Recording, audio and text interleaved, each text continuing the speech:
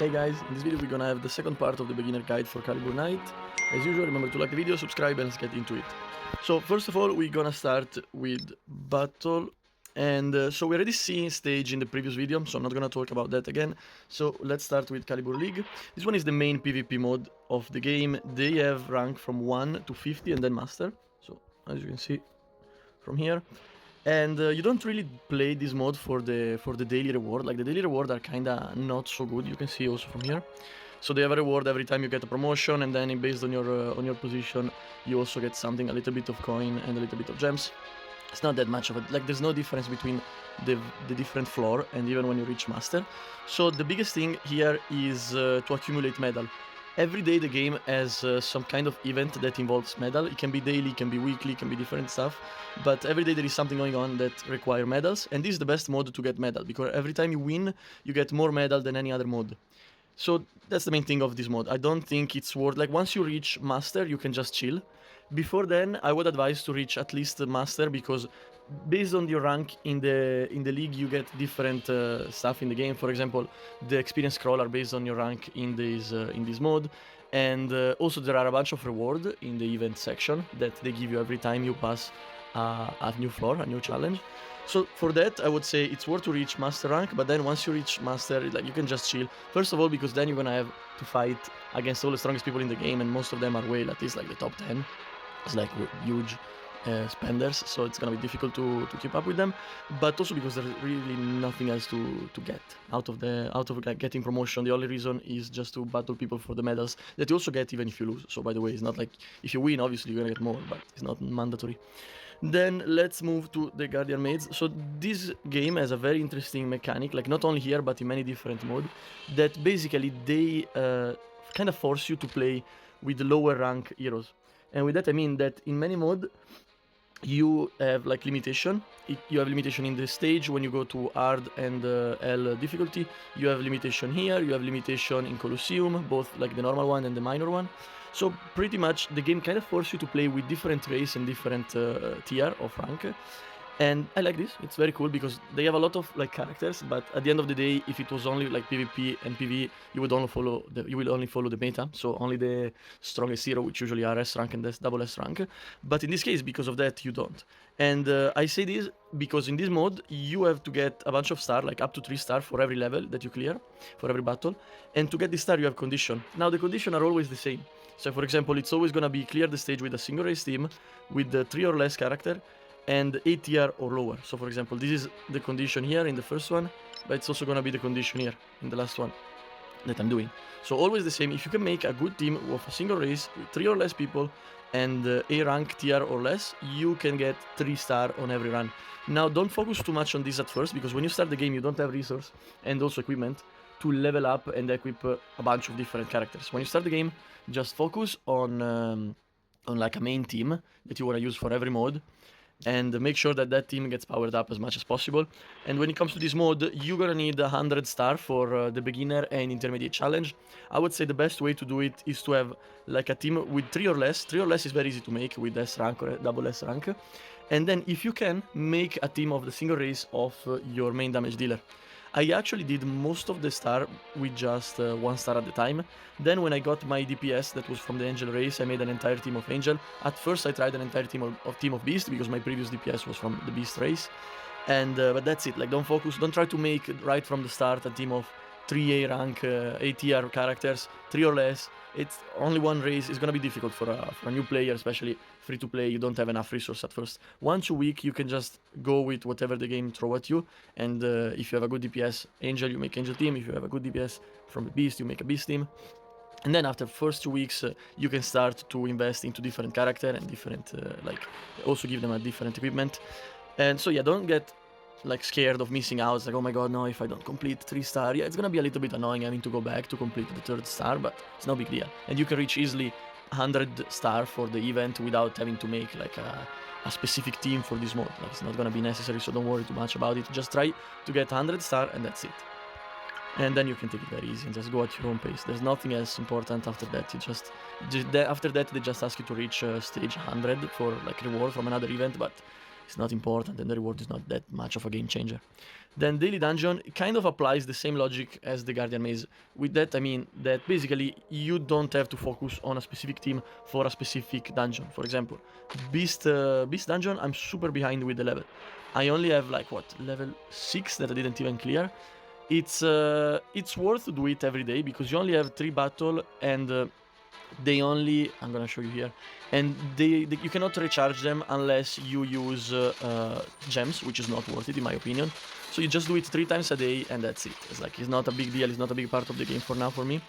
And again, you just make a team with whatever you want, then later in the game you can focus on like making a team for every single dungeon. I'm sure I still didn't reach that point in the game, but again, the reward doesn't justify investing very heavily into a team just for this mod, at least in my opinion. And the thing is, for every dungeon, you're gonna have to make, like for every race dungeon, you're gonna have to make a specific race-only team, like you can see here for the Beast.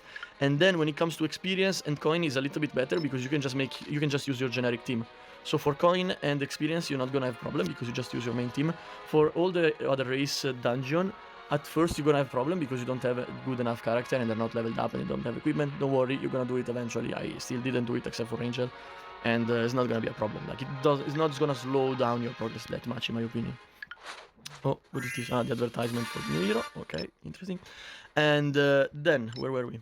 Daily we did Chaos Dungeon. Chaos Dungeon. Okay, you have to be careful here about your Calibur League rank because based on your Calibur League rank, you're gonna get matched with stronger opponents. So for me, like I rushed to Master rank because I wanted to reach Master, but now I have like super strong opponent in my Chaos Dungeon too. The mod is also a little bit interesting because, as I mentioned before, they have a smaller pool of heroes, but then on repeat summon you can see you are forced to use B rank characters, B rank hero. So that's nice because again, they make you use characters that otherwise you would never use. I still didn't play too much around it, which means I didn't invest into the B rank heroes that I'm using. I give them equipment, but I didn't level them up yet. And so yeah, I didn't play around with that, but I'm sure that eventually you can make some B rank useful that are gonna have, I don't think you're gonna have B rank for the damage, but mostly for CC or like some kind of healing or buff and stuff like that. I think it's an interesting mod. This one is also useful for the medals that you're gonna use, as you can see here, star point, they're actually called star point, that you use them for different events in the game. Don't worry too much about the win streak. As long as you have a 3 win streak, it's not gonna affect anymore your reward. So when you reach 3, you get the best possible reward every time you win. If you lose, you just have to do only 3 win streak again. It's not gonna be that difficult. I know that a lot of people are gonna get pissed because in your profile, if I can show you from here, you have here in the lower left corner, you have Chaos Dungeon longest win streak, and I really wanted to reach 99 because it's the highest one you can reach in the game, but then I lost and that pissed me off, but it's okay, it's not important. As long as you have 3 wins, that's more than enough. Also remember to search a different opponent if the one you have is too strong, because first of all, you can change and then maybe the next one you can win, and also because by changing opponent, a lot of time they give you double reward or triple reward, which is nice. Now, let's go to Ancient Temple. This mod is actually very useful in my opinion, because it gives you the item, I don't know if I can, yes, it gives you the ancient shard that you're gonna need to level up your race. Now, for this one, I think you need to play a little bit, like, by thinking what team you wanna do in the future, or at least choosing a race that you like, and as a good DPS hero. For me, it was Angel, as you can guess by now, I'm building most of my stuff based on keeping the Angel race in my team, so I usually do Hyperion, but as you can see, every time you kill a boss, all the other boss level up. Like, it's like, imagine you are in a floor with all the boss, and every time you go to the next floor. So, for example, you reach level 100 and then you want to switch team and you want to switch race because you find a very good DPS in the human race, then your human boss is going to be already level 100. Of course, the other race that you level up until now is going to be higher level, but it's not going to take that long to cover up, like to recover all the missing ancient shard that you get. So don't stress too much about starting right away with the best team possible in the game, because you can eventually change later. So even for this mod, there are a bunch of rules, if you want to call them like that. So for example, the Angel boss takes less damage from Angel, it takes additional damage from Beast, and also he has more damage from a specific debuff that in this case is Burn. So the game is very good at making you do different team composition and not always use your main team or your main heroes, which is something that I like. And with the reward that you get, you can level up, I think it's here, yes? Yeah, you can level up here on the left, you see Enhance Race.